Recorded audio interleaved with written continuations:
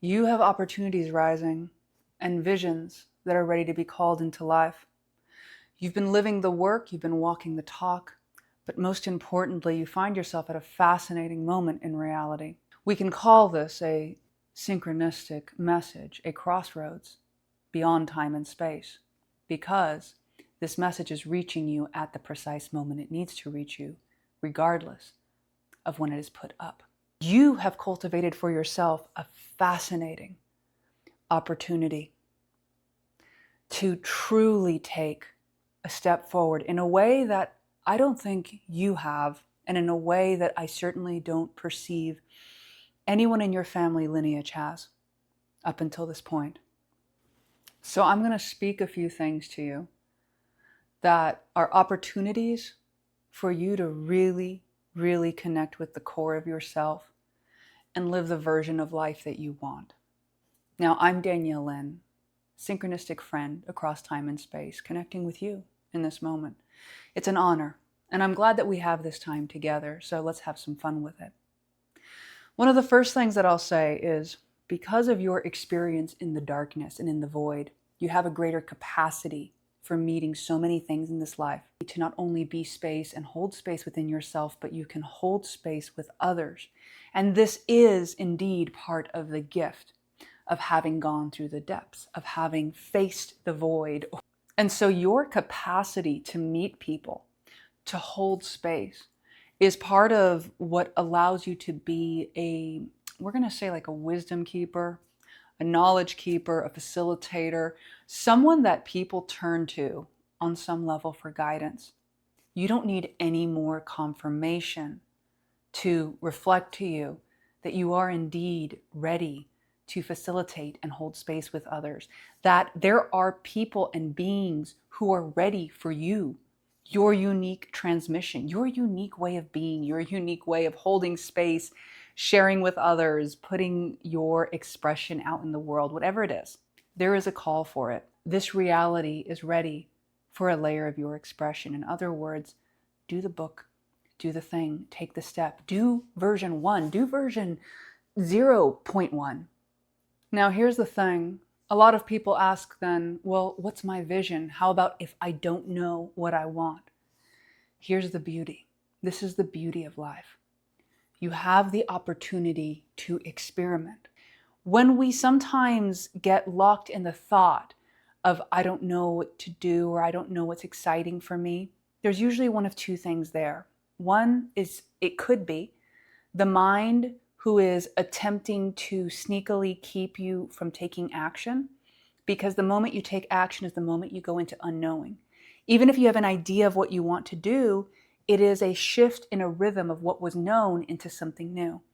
And the mind often optimizes for keeping you in sameness, keeping you in the same routine. Now, another one might simply be that you may be in a pattern that is so shut down that you're not currently aware of what your heart is saying. It's almost like having a very dulled down fire. Now, I assure you, your fire can never be put out.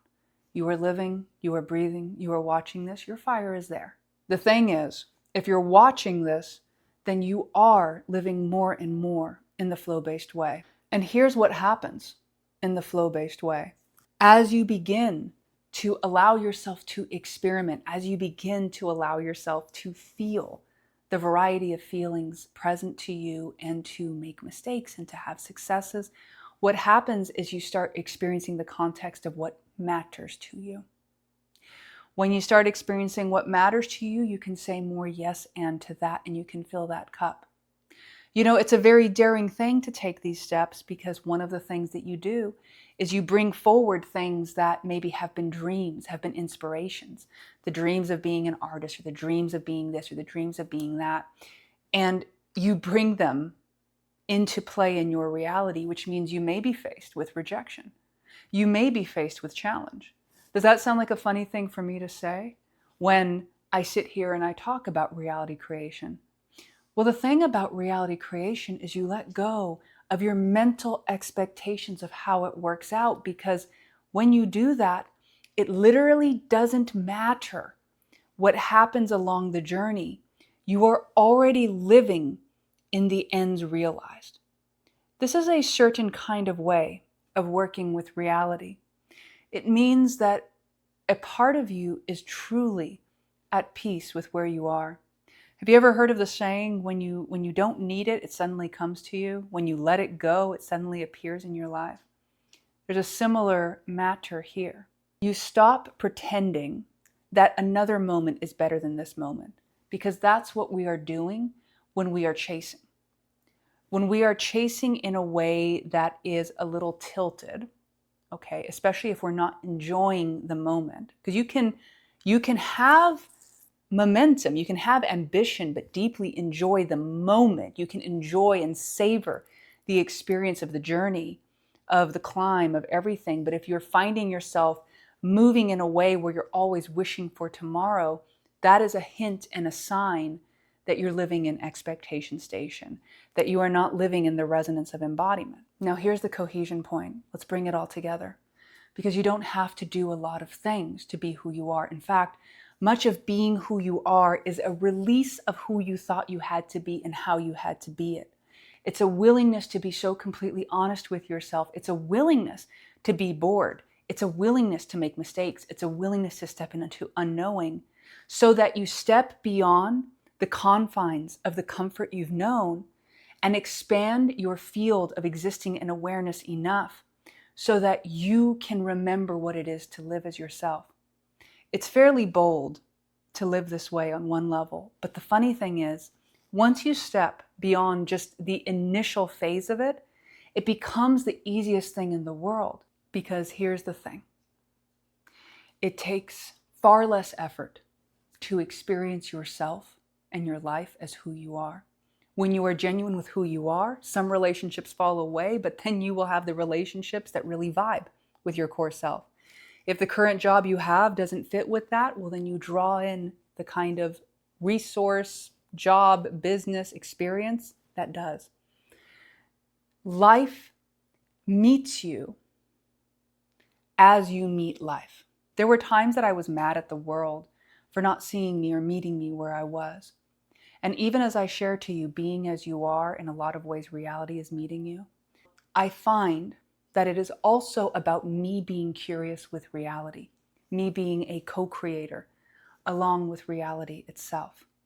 And in this way, this allows me the fluidity to experience more of myself beyond the fixed idea of who I thought I was and what my preferences are. And as such, I have more of a fluid experience with the dynamics of change and the unknown.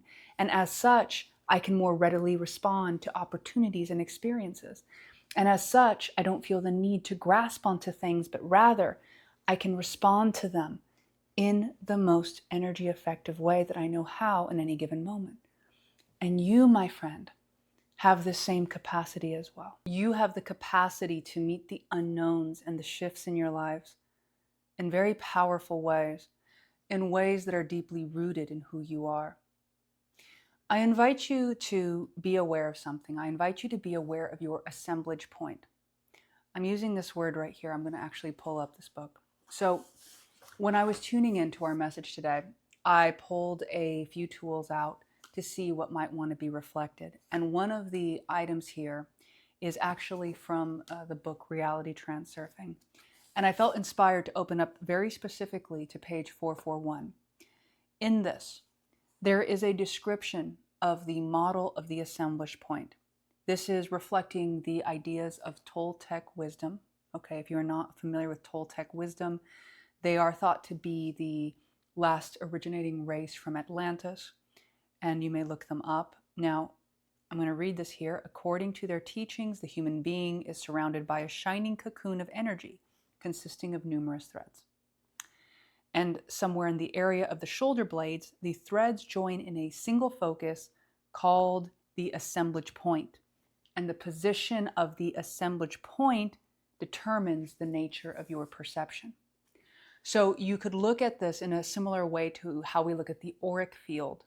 This thread, so it's almost on the back of your shoulder blades right here, this series of threads that connect. When you are finding yourself let's say, disoriented, when you are finding yourself disconnected from self, the opportunity is to connect to where this assemblage point is within yourself. Interestingly enough, being between the shoulder blades, it is reflecting to the heart area itself.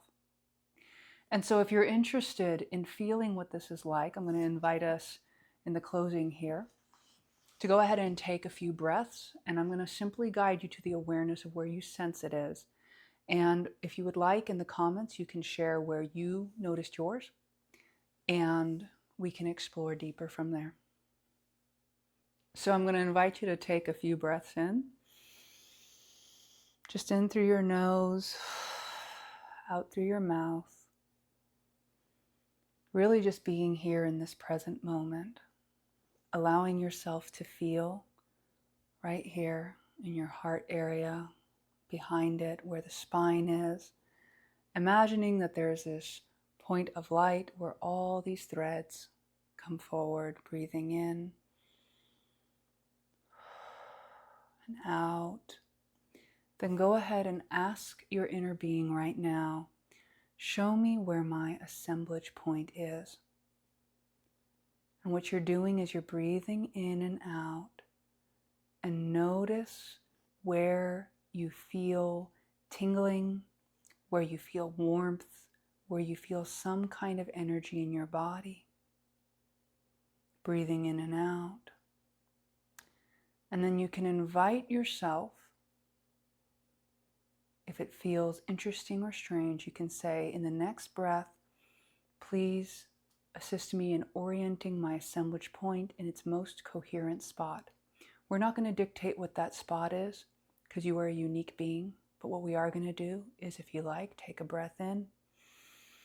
And as you do, simply imagine that the point is just slightly, in the most slight way, if it needs to, if it wants to, orienting itself, or if it's already where it feels like it would like to be, it just glows that much more. Breathe out. If you like, you can close your eyes for a moment and just thank yourself inward and simply notice this place. As you move through the day, you have the opportunity to notice this place and notice this space as you move and you orient yourself through reality. My friend, as you continue on this journey, as you continue to orient yourself to these core centers within your body, remember that you can engage in daily practice and you don't have to overload yourself with them. If you would like to encourage yourself to embody what it is you want most, take up a daily practice in which you live one step each day, in which you invest focus and energy on what's alive for you. If you don't know what's alive for you, then every day give yourself permission to write out what you want, what's inspired to you, where you feel it. And it's not from just the ego want itself. You'll know it's an ego want because it feels like pressure. Keep writing till you get to the core will to have, which is slightly different than a want. And it feels a bit like a pulse. Be kind to yourself. Understand that no one's here to get it perfectly. That none of this is about being more spiritually successful than anything else. None of that matters. All of this spiritual stuff is just so useful in so much that it assists you with living your version of an enjoyable flow-based life.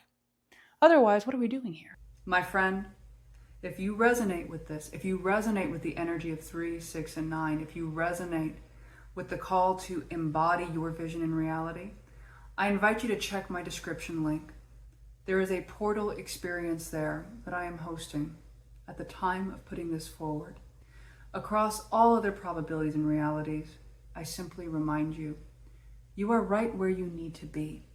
As you continue to remember how to trust yourself more and more, you will continue to experience the version of the flow-based life that you most enjoy. I appreciate you, my friend, and I look forward to our next conversation.